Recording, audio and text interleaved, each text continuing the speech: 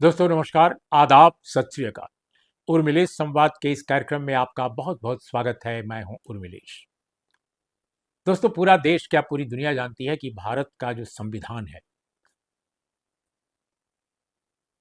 उसकी जो drafting committee, उसके प्रारूप को लिखने वाली जो कमेटी बनी थी, कुल 7 लोग उसमें थे। उसके चेयरमैन थे डॉक्टर बी आर अम्बेडकर। और बी आर अम्बेडकर साहब जो ड्राफ्टिंग कमेटी के चेयरमैन बने, वो कांग्रेस पार्टी के सदस्य नहीं थे, कांग्रेस के पसंदीदा भी नहीं थे। बाबा साहब भीमराव अंबेडकर जिस पार्टी, जिस विचारधारा के थे, उसके लोग भी नहीं थे। संविधान सभा में बहुत इक्का दुक्का लोग थे, उत्पीड़ित समाज, वंचित समाज के।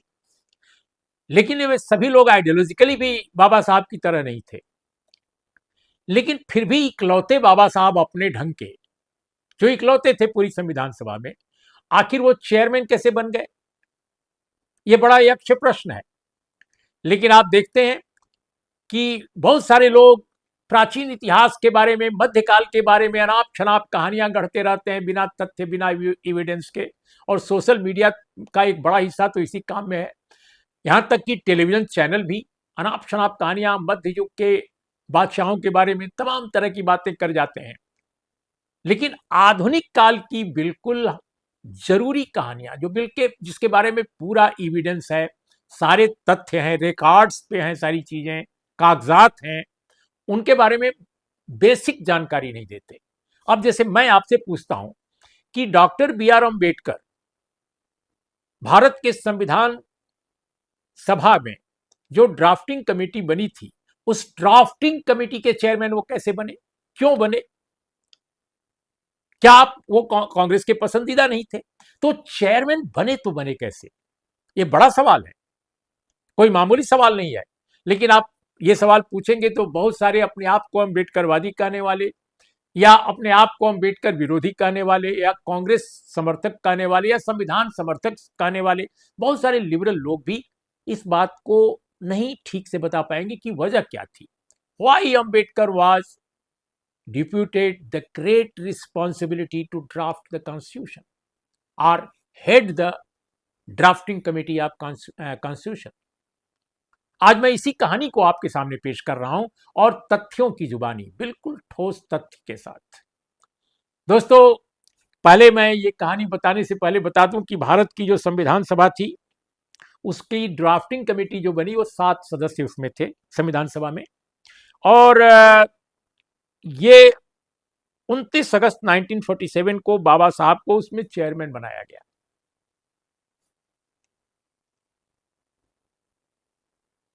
और दोस्तों, संविधान सभा 9 सितंबर 1946 को पहली बार बैठी थी।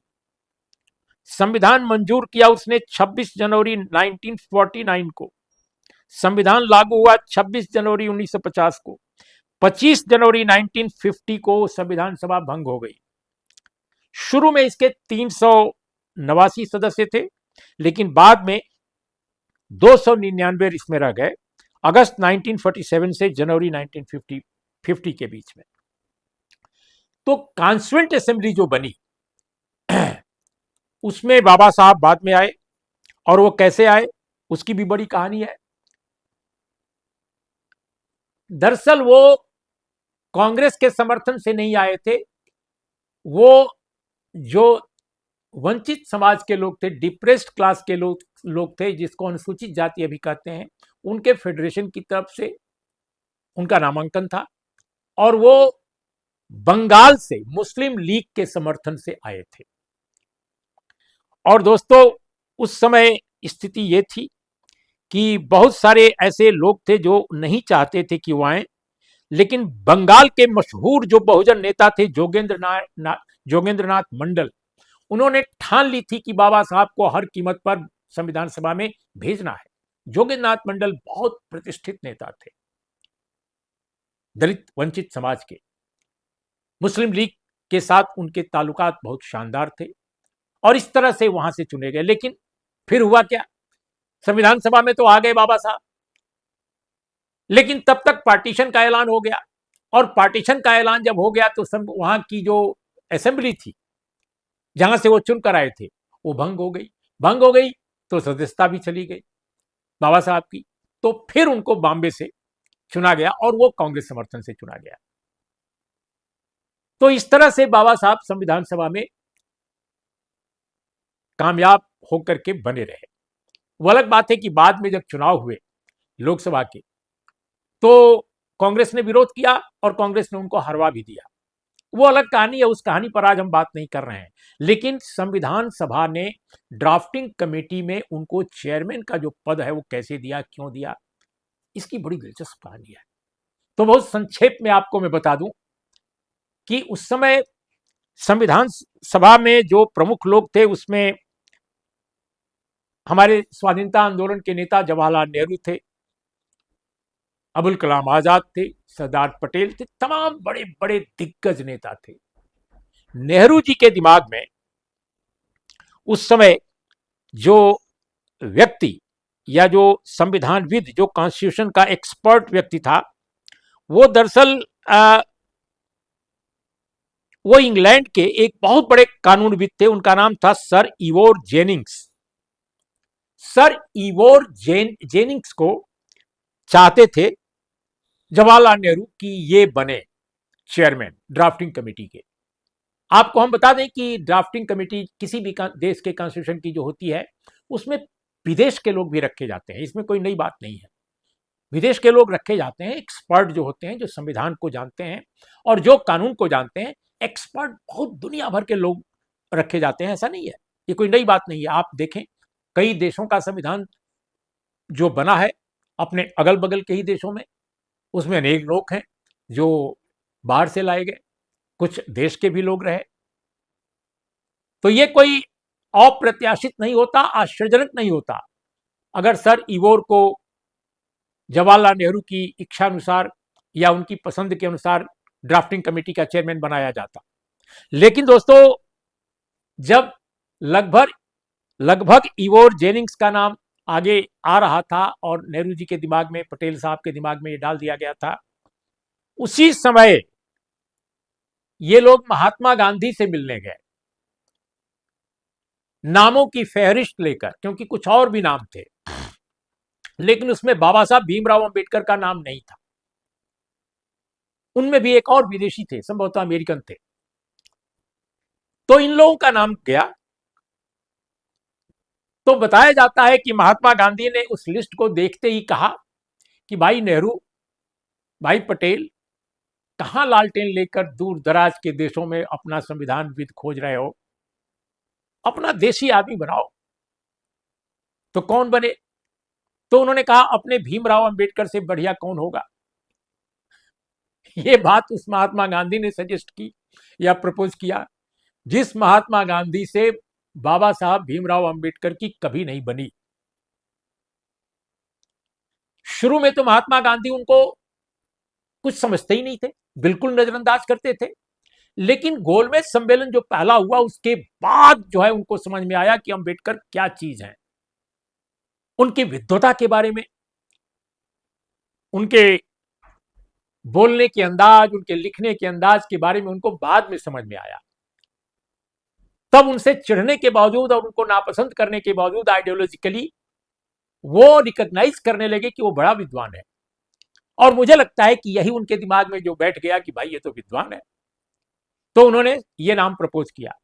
और मैं ये कहूंगा कि सरदार वल्लभ भाई पटेल और नेहरू दोनों ने महात्मा गांधी के सामने ओके किया और कहा कि ठीक है, हम इस नाम पर सहमत होते हैं। और इस तरह से बाबा साहब भीमराव अंबेडकर का नाम तय हो गया, उन्हें बनाना है।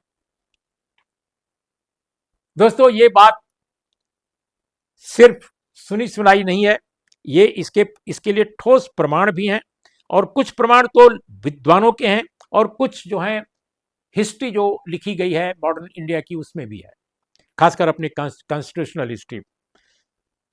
ये आपको मैं बताऊं कि एक बहुत बड़े विद्वान हैं और उनका नाम है भीखू पारिक, प्रोफेसर भीखू पारिक। भीखू पारिक जो है इंग्लैंड में रहते हैं हाउस ऑफ कॉमन्स के मेंबर भी रहे हैं, यूनिवर्सिटीज के प्रोफेसर, बहुत बड़े विद्वान, कुल मिलाकर गांधीवादी विचारों के नजदीक वो माने जाते हैं। लेकिन उनकी जो क्रिटिकल एनालिसिस पॉलिटिकल सिचुएशन की, पॉलिटिकल थ्योरी की जो है, वो पूरी दुनिया में सराही जाती है। तो भिखु पारिख ने जो एक बहुत महत्वपूर्ण जो किताब उनकी है, इंडिया डिबेट, उन्होंने बाकायदा, आपको बताऊं, ये उस किताब का नाम है debating India, Oxford university press ने छापी है। और इस किताब में 2015 में किताब आई, इसके पृष्ठ संख्या 124 पर मैंने देखा, उसमें लिखा गया है कि जवाहरलाल नेहरू ने महात्मा गांधी के सुझाव पर ही डॉक्टर बी आर अम्बेडकर को अपनी पहली कैबिनेट में कानून मंत्री के रूप में भी जगह दी थी। और यह महात्मा गांधी ही थे जिनके कारण उनको संविधान की ड्राफ्टिंग कमेटी का चेयरमैन बनाया गया था। यह बात भी भिखु पारिख ने लिखी है। और भिखु पारिख ने यह भी लिखा है कि जो पुणे पैक्ट था, उसके बाद जो हालात हुए गांधी और अंबेडकर के बीच में, बहुत तीखे हो गए थे और अंत तक तीखे रहे, इसमें कोई दो राय नहीं है। अंबेडकर की तरफ से जो तीखापन था उसके ऐतिहासिक कारण थे,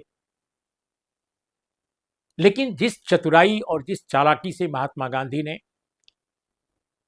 डॉक्टर बी आर अम्बेडकर जैसे प्रतिभाशाली चिंतक विचारक को, संविधान विशेषज्ञ को हमारे देश की संविधान सभा से नत्थी किया, जोड़ा, और इतनी महत्वपूर्ण जिम्मेदारी उनको मिली, यह निश्चित रूप से स्ट्रेटेजिक अगर आधार पर देखा जाए तो एक बड़ा मास्टर स्ट्रोक माना जाएगा महात्मा गांधी का। क्योंकि यह दिमाग में बात नेहरू और पटेल की नहीं थी कि बी आर अम्बेडकर को बनाना है।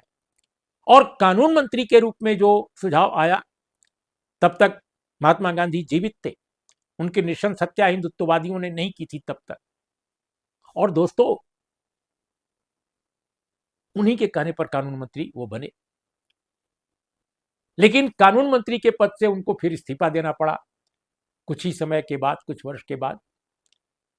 और उसके कारण भी अलग अलग बताए गए हैं। लेकिन दोस्तों, केवल हिंदू कोड बिल नहीं है जैसा कहा जाता है। हिंदू कोड बिल तो है, लेकिन नेहरू सरकार की वैदेशिक नीति पर नाराजगी थी। इंडो पाकिस्तान रिलेशंस को लेकर जो थ्योराइज कर रही थी सरकार, उससे उनकी असहमति थी। जम्मू कश्मीर के मसले पर भी असहमति थी। और साथ साथ पिछड़े जो वंचित समाज के लोग हैं, जिनको आजकल बैकवर्ड कम्युनिटी कहते हैं, ओबीसी, उनके रिजर्वेशन को, उनके लिए आरक्षण को या एफर्मेटिव एक्शन को क्लियर करने वाला रास्ता क्या था? संविधान की आर्टिकल 340, जब एक कमीशन बनता 340 के मुताबिक, वो कमीशन बनाने में जो ढील दी जा रही थी, जो देर की जा रही थी, उससे नाराजगी बाबा साहब को थी। तो ये 3-4 कारणों से बाबा साहब ने कानून मंत्री के रूप में इस्तीफा दिया। तो आज बाबा साहब के बारे में ये जो जानकारी मैंने आपको दी, मुझे विश्वास है कि छात्रों के लिए, शिक्षकों के लिए, आप सब के लिए, जो लोग इसको अब तक नहीं जानते थे, उनके लिए ये बहुत महत्वपूर्ण होगी। और बहुत सारे लोग जो नहीं जानते हैं, उनको आप बता सकते हैं। गांव के चौपाल में, शहर के चौराहे पर, चाय घरों में ये बताया जाना चाहिए, तथ्य आना चाहिए, ताकि लोग गप न कर सकें, सोशल मीडिया पर उलट पुलट करके न बोल सकें। तो इस तरह ड्राफ्टिंग कमेटी के चेयरमैन के रूप में बाबा साहब ने संविधान लिखने की शुरुआत की, उसके संयोजन की शुरुआत की। फिर मैं अगले किसी एपिसोड में बात करूंगा कि भारत के संविधान और डॉक्टर बी आर अम्बेडकर का नाता क्या है। तो आज इतना ही। नमस्कार, आदाब, सत श्री अकाल।